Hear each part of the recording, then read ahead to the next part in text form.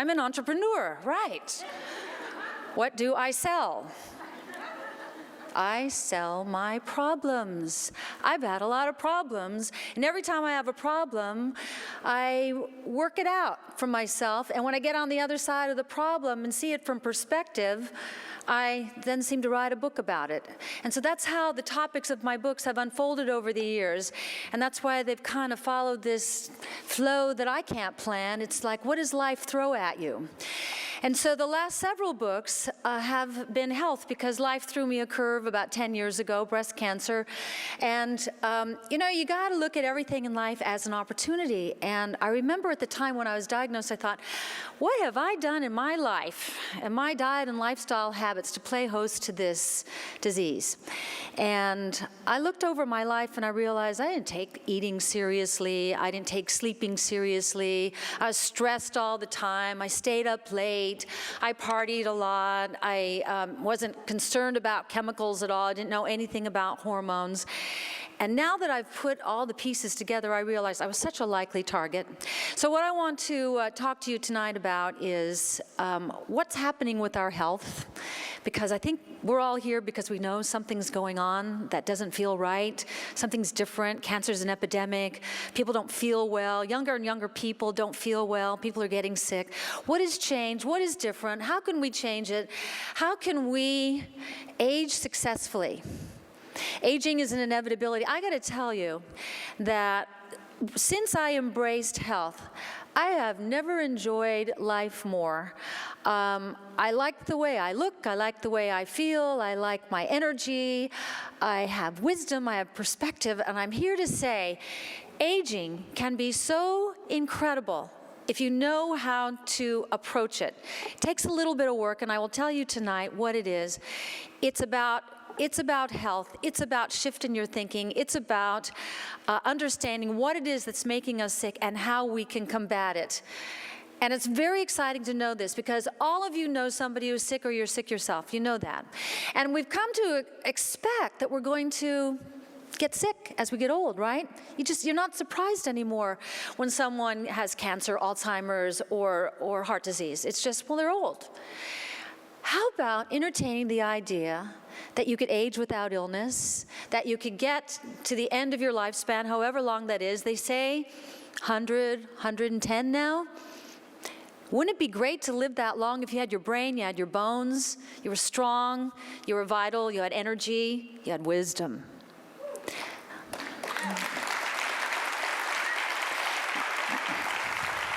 See, what bothers me right now is that the lack of understanding about hormones.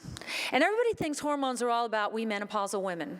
But it's about you men, and it's about you younger and younger people. Do you know that we are losing our hormones 30 years earlier than we used to because of stress and toxicity? What really bothers me is that the complaints for hormonal imbalance, we go to our doctors, and it's, the doctors I know who are in this room tonight, I so applaud you. Because you weren't taught this in medical school, and you had to go out on your own. And who among us, at a certain point in our life, after we finish school, want to go back and learn again? I mean, it was hard enough when we were there the first time. So these doctors who I know, I don't even know who you are, but I know you're in and out of the audience tonight. You went back and had to learn something new, because we're living longer than we've ever lived in the history of mankind. We were supposed to die at the end of our reproductive years. Have you noticed that everything starts falling apart when we're kind of at the end of the reproductive years? We're supposed to die at 40, 45, really. That's biologically, the brain says, okay, my job is to get rid of you because you're no longer reproductive, and it's, perpetuation of the species, so my job is to get rid of you because we got to make room for the new, younger, reproductive ones. And that's how it used to work. There's no menopause in the animal society. When a animal reaches the end of their reproductive years, they slow down and get eaten. That's kind of what happens to us. We slow down and get eaten, unless we trick our bodies into thinking that we're reproductive. Wow, that's a concept. How do you do that? Well, if you notice at the end of our reproductive years, things start happening. You don't realize, especially younger women in perimenopause, and it's usually a phase that young women are just sort of, oh, you're probably in perimenopause. This was how it was presented to me. Oh, it's probably perimenopause. I thought, what does that mean? You know, I guess that meant don't even worry about it. Worry about it. It's the beginning. It's the beginning of your aging. It's the end of your eggs. You're running out of eggs. Menopause should really be called egglessness. No more eggs. You're out. People say, when I talked about bioidentical hormones, women say, well, I don't want to get pregnant again. I go, oh, you won't. You got to have eggs. You don't have any eggs anymore. So egglessness is a really nice stage because if you got your hormones put back, your brain thinks you're reproductive, everything's working nicely, but you don't have to worry about getting pregnant. You have all the fun you want. So it's really a fantastic thing to figure out. But when we start losing our eggs, we go into perimenopause. It's really the most dangerous time for a woman. Do you know that most of us women get our breast cancers in perimenopause? That's when I got mine. Didn't know it. Didn't know there was a tumor growing. Didn't know it for 10 years. I knew during that time that, I wasn't sleeping really well, but so what? You know, I stayed up late and partied and who cared?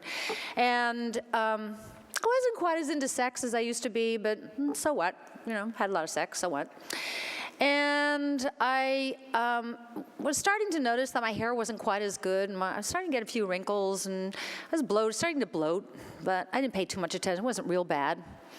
But see, what happens in perimenopause, what I did notice was my moods, and they call it PMS, and PMS is just a nasty little syndrome that goes on, because it really is him when you have PMS.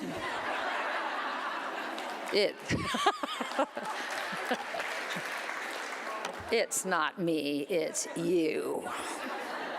And it feels so real, doesn't it?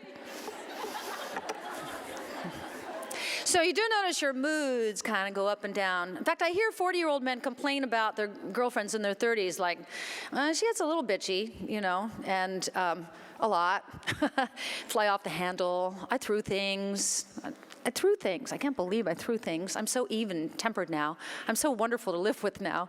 But we have those phases because nobody told us. Nobody told us what was going on. If I knew then what I know now, I would have started on hormones in my 30s, honestly. Because as you decline, we can now fill the tank with bioidentical hormones. Not too much, not too little, exactly. Optimal health. It's the most exciting thing that's ever happened.